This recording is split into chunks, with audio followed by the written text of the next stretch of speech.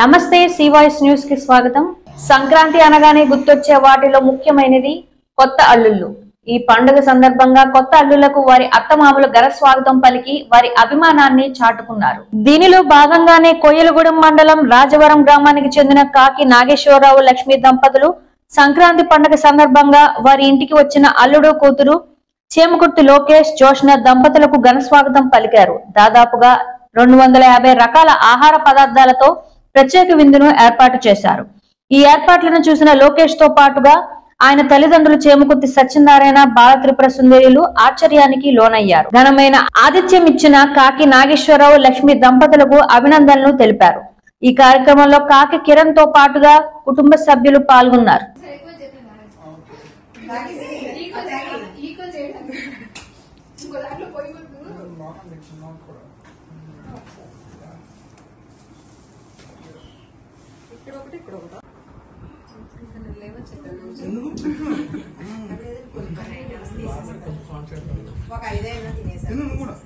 Experience చేయడం ఇదే చాలా బాగుంది.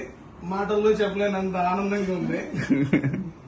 యా, నా కోసం ఇంత కష్టపడి ఇష్టపడి చేసినందుకు నేను కూడా అన్ని తినేసి సాటిస్ఫాక్షన్ ఇద్దాం అనుకుంటున్నాను. Thank you.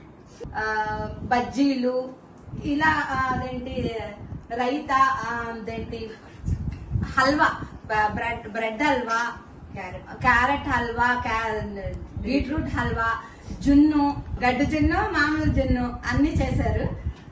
అది ఒక రవ్వ కాసరి ఎదురు చూస్తుంది రౌండ్ రౌండ్ గా.